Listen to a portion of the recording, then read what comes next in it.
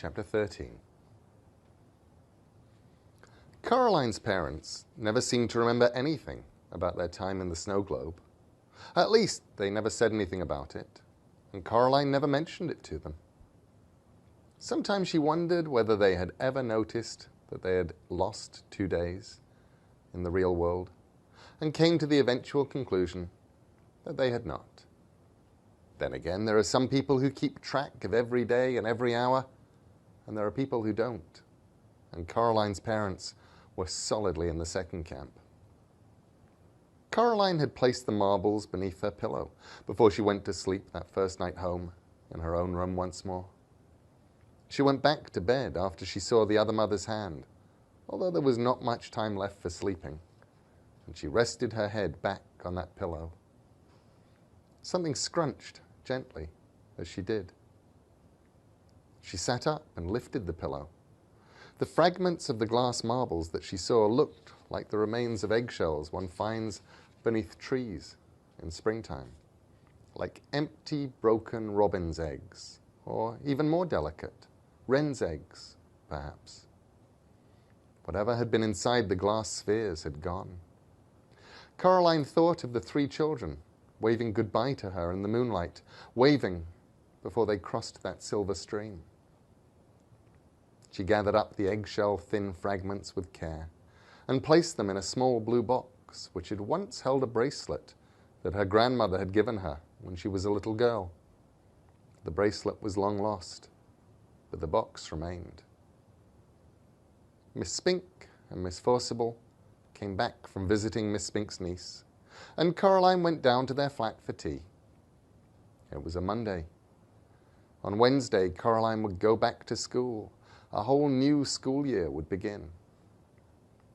Miss Forcible insisted on reading Coraline's tea leaves. "Well, looks like everything's mostly ship-shape and Bristol fashion, lovey," said Miss Forcible. "Sorry," said Coraline. "Everything is coming up roses," said Miss Forcible. "Well, almost everything. I'm not sure what that is." She pointed to a clump of tea leaves sticking to the side of the cup. Miss Spink tutted and reached for the cup. "Honestly, Miriam, give it over here. Let me see." She blinked through her thick spectacles. "Oh, dear. No, I have no idea what that signifies. It looks almost like a hand." Coraline looked. The clump of leaves did look a little like a hand, reaching for something. Hamish, the Scotty dog, was hiding under Miss Forcible's chair, and he wouldn't come out. "I think he was in some sort of a fight," said Miss Spink. "He has a deep gash in his side, poor dear. We'll take him to the vet later this afternoon. I wish I knew what could have done it." Something, Coraline knew, would have to be done. That final week of the holidays, the weather was magnificent, as if the summer itself were trying to make up for the miserable weather they'd been having by giving them some bright and glorious days before it ended. The crazy old man upstairs called down to Coraline when he saw her coming out of Miss Spink and Miss Forcible's flat. "Hey, hi, you, Caroline," he shouted over the railing. "It's Coraline," she said. "How are the mice?" "Something has frightened them," said the old man, scratching his moustache. "I think maybe there is a weasel in the house. Something is about. I heard it in the night. In my country, we would have put down a trap for it. Maybe put down a little meat or hamburger, and when the creature comes to feast, then BAM! It would be caught and never bother us more. The mice are so scared they will not even pick up their little musical instruments." "I don't think it wants meat," said Coraline. She put her hand up and touched the black key that hung about her neck. Then she went inside. She bathed herself and kept the key around her neck the whole time she was in the bath. She never took it off anymore. Something scratched at her bedroom window after she went to bed. Coraline was almost asleep, but she slipped out of her bed and pulled open the curtains. A white hand with crimson fingernails leapt from the window ledge onto a drain pipe and was immediately out of sight. There were deep gouges in the glass on the other side of the window. Coraline slept uneasily that night, waking from time to time to plot and plan and ponder, then falling back into sleep, never quite certain where her pondering ended and the dream began, one ear always open for the sound of something scratching at her window pane or at her bedroom door.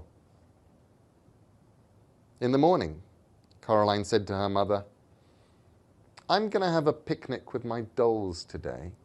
Can I borrow a sheet?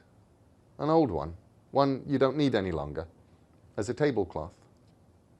"I don't think we have one of those," said her mother. She opened the kitchen drawer that held the napkins and the tablecloths, and she prodded about in it. "Hold on, will this do?" It was a folded-up, disposable paper tablecloth covered with red flowers, left over from some picnic they'd been on several years before. "That's perfect," said Coraline. "I didn't think you played with your dolls anymore," said Mrs. Jones. "I don't," admitted Coraline. "They're protective coloration." "Well, I'll be back in time for lunch," said her mother. "Have a good time." Coraline filled a cardboard box with dolls and with several plastic dolls' teacups. She filled a jug with water. Then she went outside. She walked down to the road, just as if she were going to the shops. Before she reached the supermarket, she cut across the fence, into some wasteland, and along an old drive, then crawled under a hedge. She had to go under the hedge in 2 journeys in order not to spill the water from the jug. It was a long, roundabout, looping journey, but at the end of it, Coraline was satisfied that she had not been followed. She came out behind the dilapidated old tennis court. She crossed over it to the meadow where the long grass swayed. She found the planks on the edge of the meadow. They were astonishingly heavy, almost too heavy for a girl to lift, even using all her strength. But she managed. She didn't have any choice. She pulled the planks out of the way, one by one, grunting and sweating with the effort, revealing a deep, round, brick-lined hole in the ground. It smelled of damp and the dark. The bricks were greenish and slippery. She spread out the tablecloth and laid it carefully over the top of the well. She put a plastic doll's cup every foot or so at the edge of the well, and she weighed each cup down with water from the jug. She put a doll in the grass beside each cup, making it look as much like a doll's tea party as she could. Then she retraced her steps back under the hedge, along the dusty yellow drive, around the back of the shops, back to her house. She reached up and took the key from around her neck. She dangled it from the string as if the key were just something she liked to play with. Then she knocked on the door of Miss Spink and Miss Forcible's flat. Miss Spink opened the door. "Hello, dear," she said. "I don't want to come in," said Coraline. "I just wanted to find out how Hamish was doing." Miss Spink sighed. "The vet says that Hamish is a brave little soldier," she said. "Luckily the cut doesn't seem to be infected. We cannot imagine what could have done it. The vet says some animal, he thinks, but has no idea what. Mr. Bobo says he thinks it might have been a weasel." "Mr. Bobo?" "The man in the top flat. Mr. Bobo. Fine old circus family, I believe. Romanian or Slovenian or Livonian or one of those countries. Bless me, I can never remember them anymore." It had never occurred to Coraline that the crazy old man upstairs actually had a name. She realized if she'd known his name was Mr. Bobo, she would have said it every chance she got. How often do you get to say a name like Mr. Bobo aloud? "Oh," said Coraline to Miss Spink. "Mr. Bobo. Right. Well," she said a little louder, "I'm going to go and play with my dolls now over by the old tennis court round the back." "That's nice, dear," said Miss Spink. Then she added confidentially, Make sure you keep an eye out for the old well. Mr. Lovett, who was here before your time, said that he thought it might go down for 1/2 a mile or more." Coraline hoped that the hand had not heard this last, and she changed the subject. "This key," said Coraline loudly. "Oh, it's just some old key from our house. It's part of my game. That's why I'm carrying it around with me on this piece of string. Well, goodbye now." "What an extraordinary child," said Miss Spink to herself as she closed the door.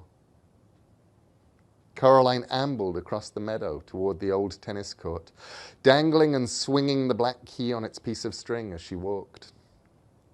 Several times she thought she saw something the color of bone in the undergrowth. It was keeping pace with her, about 30 feet away. She tried to whistle, but nothing happened. So she sang out loud instead, a song her father had made up for her when she was a little baby and which had always made her laugh. It went, "Oh, my twitchy witchy girl, I think you are so nice. I give you bowls of porridge and I give you bowls of ice cream. I give you lots of kisses and I give you lots of hugs, but I never give you sandwiches with bugs in." That was what she sang as she sauntered through the woods, and her voice hardly trembled at all. The dolls' tea party was where she had left it. She was relieved that it was not a windy day, for everything was still in its place, every water-filled plastic cup weighed down the paper tablecloth as it was meant to. She breathed a sigh of relief. Now was the hardest part. "Hello, dolls," she said brightly. "It's tea time." She walked close to the paper tablecloth. "I brought the lucky key," she told the dolls, "to make sure we have a good picnic." And then, as carefully as she could, she leaned over and gently placed the key on the tablecloth. She was still holding onto the string. She held her breath, hoping that the cups of water at the edges of the well would weigh the cloth down, letting it take the weight of the key without collapsing into the well. The key sat in the middle of the paper picnic cloth. Coraline let go of the string and took a step back. Now it was all up to the hand. She turned to her dolls. "Who would like a piece of cherry cake?" she asked. "Jemima? Pinky? Primrose?" And she served each doll a slice of invisible cake on an invisible plate, chattering happily as she did so. From the corner of her eye, she saw something bone-white scamper from one tree trunk to another, closer and closer. She forced herself not to look at it. "Jemima," said Coraline, "what a bad girl you are. You've dropped your cake. Now I'll have to go over and get you a whole new slice." And she walked around the tea party until she was on the other side of it, to the hand. She pretended to clean up spilled cake and to get Jemima another piece. And then, in a skittering, chittering rush, it came.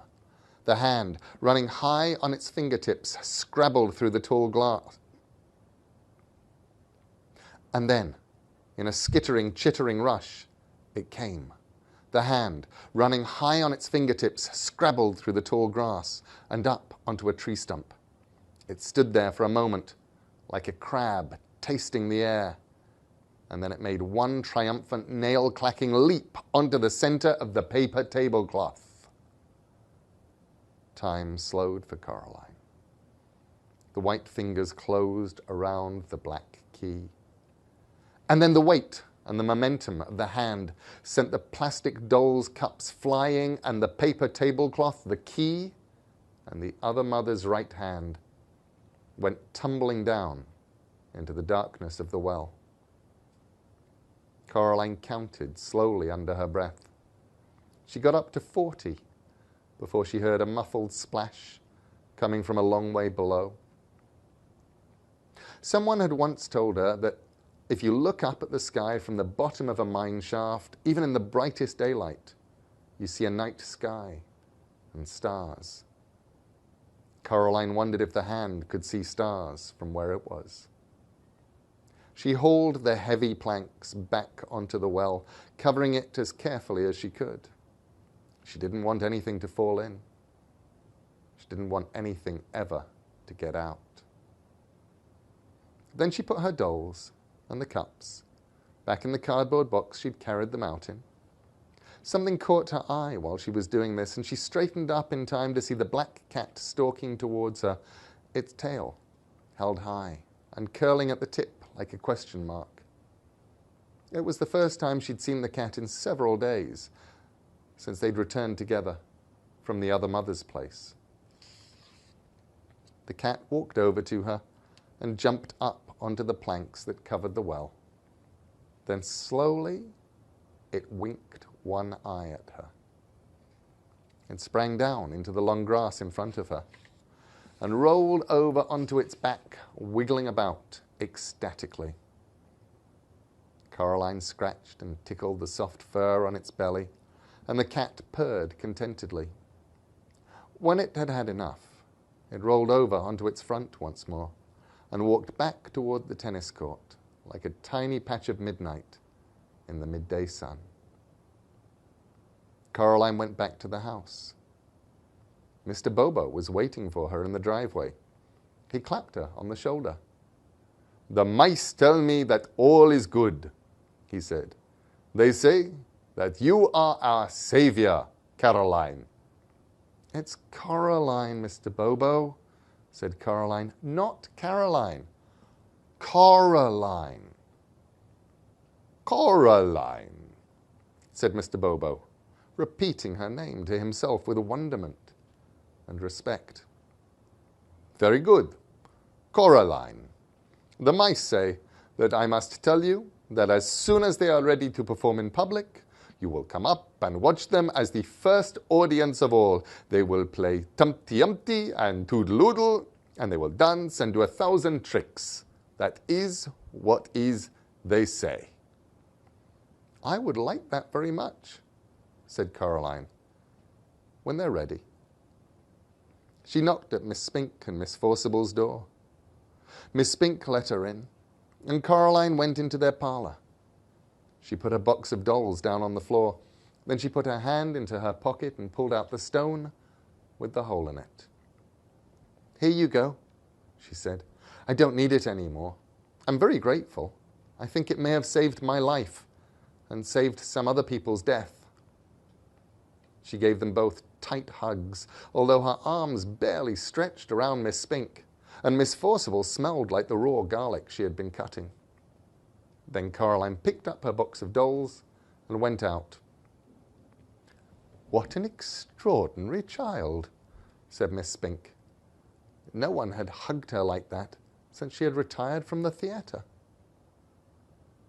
That night, Coraline lay in bed, all bathed, teeth cleaned, with her eyes open, staring up at the ceiling. It was warm enough that, now that the hand was gone, she had opened her bedroom window wide. She'd insisted to her father that the curtains not be entirely closed. Her new school clothes were laid out carefully on her chair for her to put on when she woke. Normally, on the night before the first day of term, Coraline was apprehensive and nervous.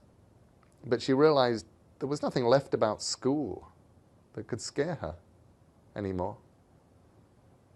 She fancied she could hear sweet music on the night air, the kind of music that can only be played on the tiniest silver trombones and trumpets and bassoons, on piccolos and tubas so delicate and small that their keys could only be pressed by the tiny pink fingers of white mice.